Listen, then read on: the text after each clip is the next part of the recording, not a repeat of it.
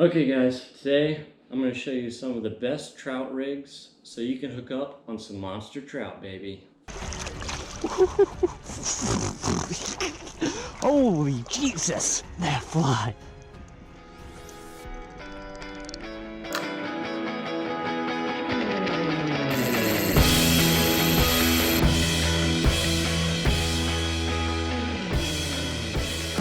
The first thing we'll cover is the best rig for stock trout.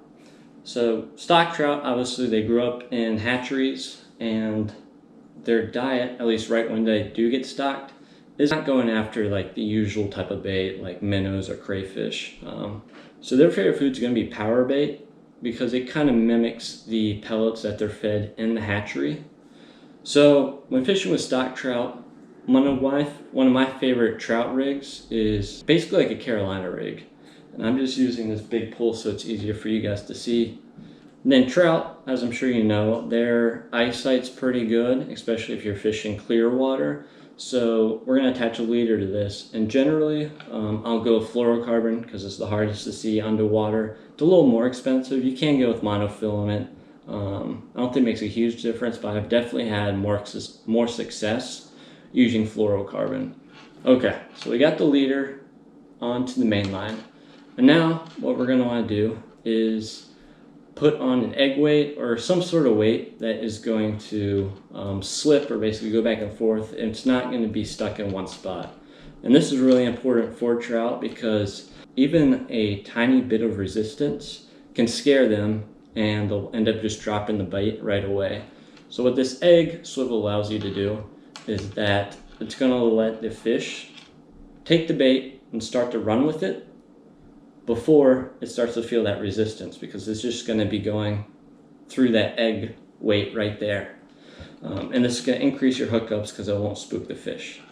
So we have the egg weight here, and we have a little stopper here, which stops the weight from going all the way down to the hook. And I usually give it about 8 inches. You can go a little bit further. It really depends on what depth the trout are hanging at, because obviously this is going to bring the line to the bottom.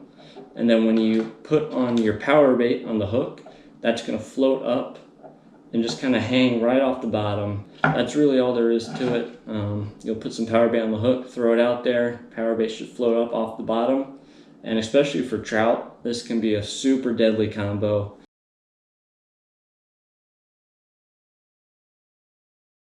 So the next rig we're going to look at is a kind of like a floating rig for trout. And I like to use this with trout magnets, pink worms, really any sort of bait that you want to float down in the current for the trout. Okay, so for the float rig set up for trout. So very similar to the last one, you're going to have your main line, whatever type you want, braid, mono, fluoro. But then you're going to want to, and I use a double uni knot to attach a leader. Definitely want to go with fluorocarbon or mono, but go as light as possible. Obviously the lighter it is, the skinnier it is, the harder it is for the trout to see it. So we'll attach that leader with the double uni knot like I did here. And then I have these little trout bobbers or floats. These are extremely light, and the benefit there is, again, the trout are pretty finicky. If they start taking the bait and feel a huge resistance from a big old bobber, they're very likely to just let that bait go, be spooked, and swim away. So depending on the depth that you're fishing at, that's going to kind of dictate how far up you want this bobber.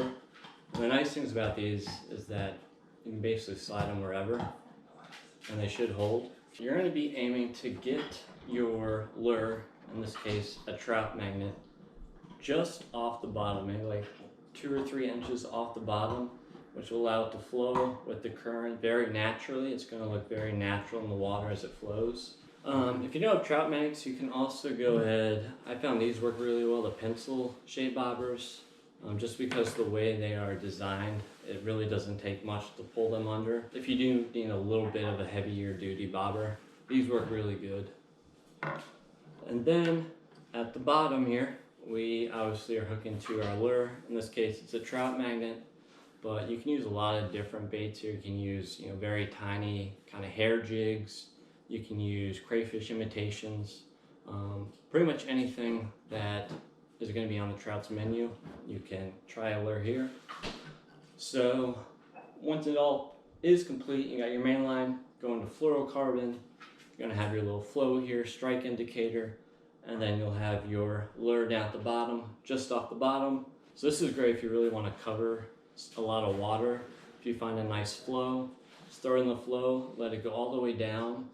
A lot of times where the trout will hit is at the very kind of end of the current, the tailwaters, where the current starts to bow out. It's a little gentler there, and that's where the trout generally going to be hanging out and waiting for bait to come downstream to take it. So this is another really great rig setup for trout, especially if you want to do some float fishing.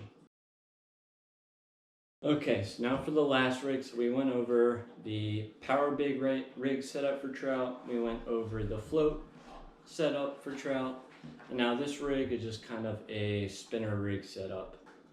So pretty straightforward. Again, got your main line, double uni it to some fluorocarbon, go as light as possible. And here's the spinner I'm using. This is actually a Joe fly. They look super realistic. I definitely recommend checking these out if you haven't.